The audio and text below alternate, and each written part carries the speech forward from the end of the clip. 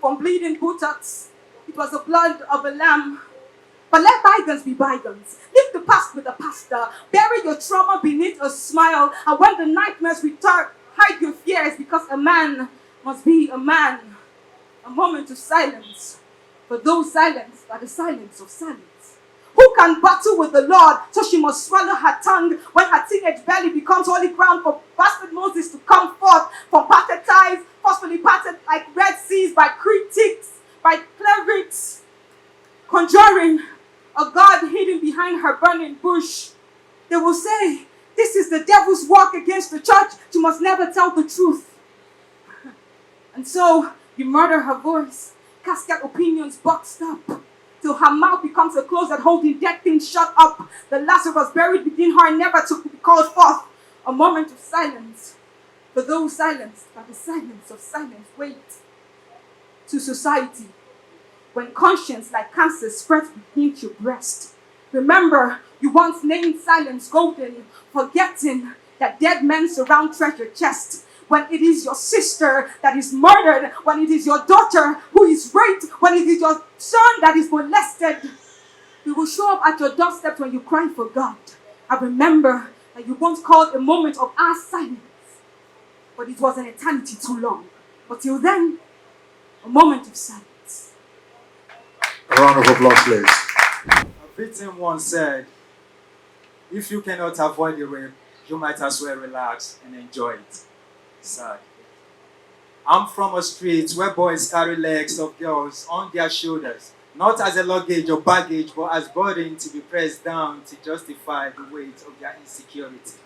We have security for shopping complex, but none for inferiority complex. A boy will borrow bone just to intrude the most private opening on a girl's body.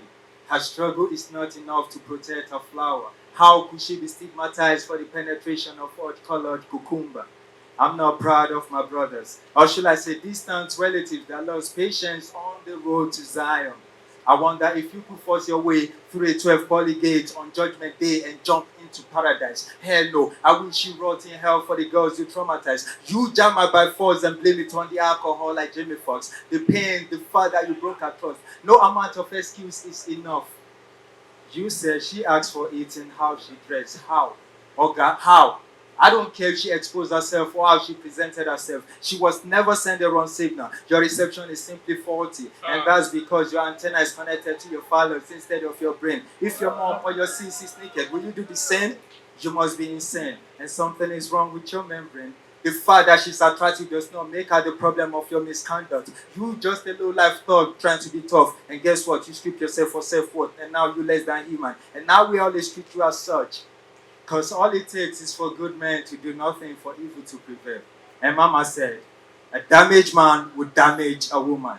And that's when I realized I'm a product of. Now to the victim. You are a queen touched by a slave, but that does not make you less beautiful.